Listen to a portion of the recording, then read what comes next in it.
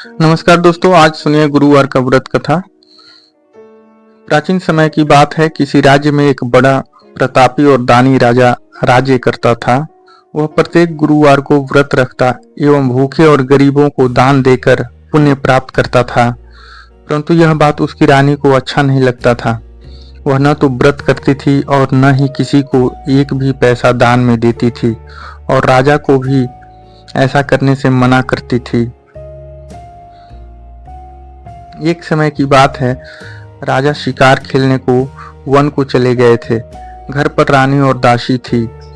उसी समय गुरु बृहस्पति देव साधु का रूप धारण कर राजा के दरवाजे पर भिक्षा मांगने को आए। साधु ने जब रानी से भिक्षा मांगी तो वह कहने लगी, हे साधु महाराज, मैं इस दान और पुण्य से तंग आ गई हूँ। आप कोई ऐसा उपाय बताएं जिससे कि सारा धन नष्ट हो जाए और मैं आराम से रह सकूं। बृहस्पति देव ने कहा, हे देवी, तुम बड़ी विचित्र हो। संतान और धन से कोई दुखी होता है? अगर अधिक धन है तो इसे शुभ कार्यों में लगाओ।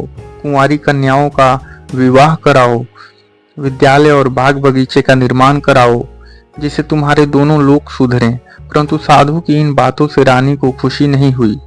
उसने कहा, मुझे ऐसे धन की आवश्यकता नहीं है जिसे मैं दान दूं और जिसे संभालने में मेरा सारा समय नष्ट हो जाए।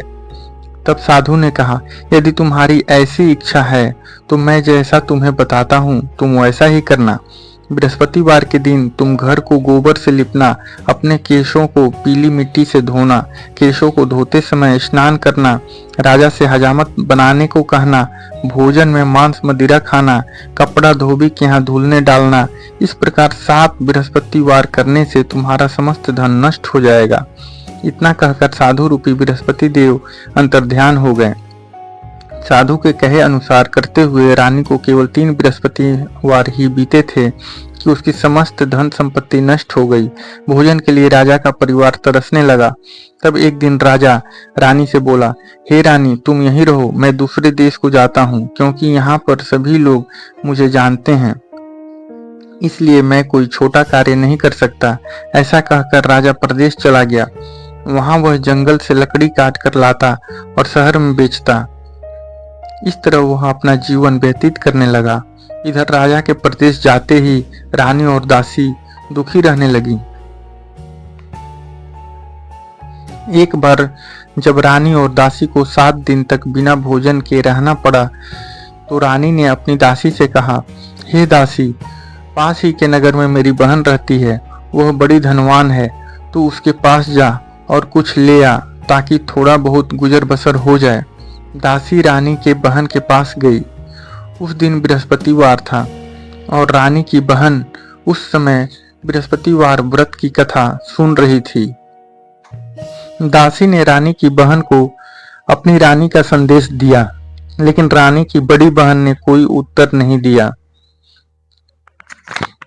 जब दासी को रानी की बहन से कोई उत्तर नहीं मिला तो वह बहुत दुखी हुई और उसे क्रोध भी आया। दासी ने वापस आकर रानी को सारी बात बता दी।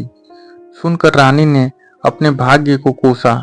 उधर रानी की बहन ने सोचा कि मेरी बहन की दासी आई थी, परंतु मैं उससे नहीं बोली, इससे वह बहुत दुखी हुई होगी। कथा सुनकर और पूजन समाप्त कर वह अपनी बहन के घर आई और कहने लगी, हे बहन, मैं बृहस्पतिवार का व्रत कर रही थी। तुम्हारी दासी मेरे घर आई थी, परंतु जब तक कथा होती है तब तक न तो उठते हैं और न ही बोलते हैं, इसलिए मैं नहीं बोली। कहो, दासी क्यों गई थी? रानी बोली, बहन, तुमसे क्या छिपाऊं, हमारे घर में खाने तक को अनाज नहीं था। ऐसा कहते कहते रानी की आंखें भर आई। उसने दासी समेत पिछले 7 दिनों से भूखे रहने तक की बात अपनी बहन को विस्तार पूर्वक सुना दी। रानी की बहन बोली, देखो बहन, भगवान बृहस्पति देव सबकी मनोकामना को पूर्ण करते हैं। देखो, शायद तुम्हारे घर में अनाज रखा हो।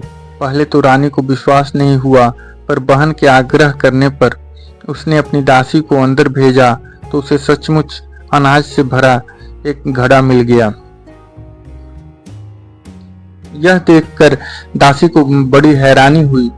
दासी रानी से कहने लगी, हे रानी, जब हमको भोजन नहीं मिलता तो हम व्रत ही तो करते हैं, इसलिए क्यों न इनसे व्रत और कथा की विधि पूछ ली जाए ताकि हम भी व्रत कर सकें। तब रानी ने अपनी बहन से बृहस्पतिवार व्रत के बारे में पूछा। उसकी बहन ने बताया, बृहस्पतिवार के व्रत में चने की दाल और मुनक्का से विष्णु भगवान का केले की जड़ में पूजन करें तथा दीपक जलाएं, व्रत कथा सुने और पीला भोजन ही करें। इससे बृहस्पति देव प्रसन्न होते हैं।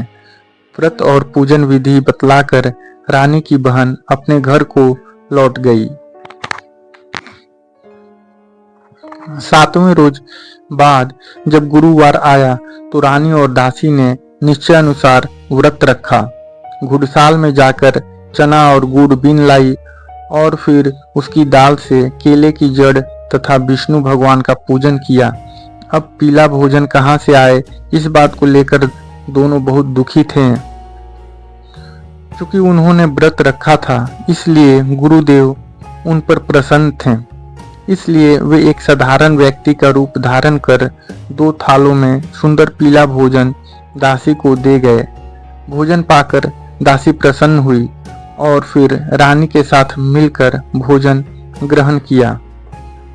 उसके बाद वे सभी गुरुवार को व्रत और पूजा करने लगी। बृहस्पति भगवान की कृपा से उनके पास फिर से धन संपत्ति हो गया, परंतु रानी फिर से पहले की तरह आलस्य करने लगी। तब दासी बोली, देखो रानी, तुम पहले भी इस प्रकार आलस्य करती थी, तुम्हें धन रखने में कष्ट होता था, इस कारण सभी धन नष्ट हो गया, और अब जब भगवान गुरुदेव की कृपा से धन मिला है तो तुम्हें फिर से आलस्य होता है। बड़ी मुसीबतों के बाद हमने यह धन पाया है, इसलिए हमें दान पुण्य करना चाहिए, भूखे मनुष्यों को भोजन कराना चाहिए और धन का शुभ कार्यों में खर्च करना चाहिए, जिससे तुम्हारे कुल का यश बढ़ेगा, स्वर्ग की प्राप्ति हो और पितर प्रसन्न होंगे। दासी की बात मानकर रानी अपना धन शुभ कार्यों में खर्च करने लगी, जिससे पूरे नगर में उसका यश फैलने लगा। तो दोस्तों, ये थी आज की व्रत कथा। इसी क्रम में लेकर आएंगे और भी व्रत कथाएं।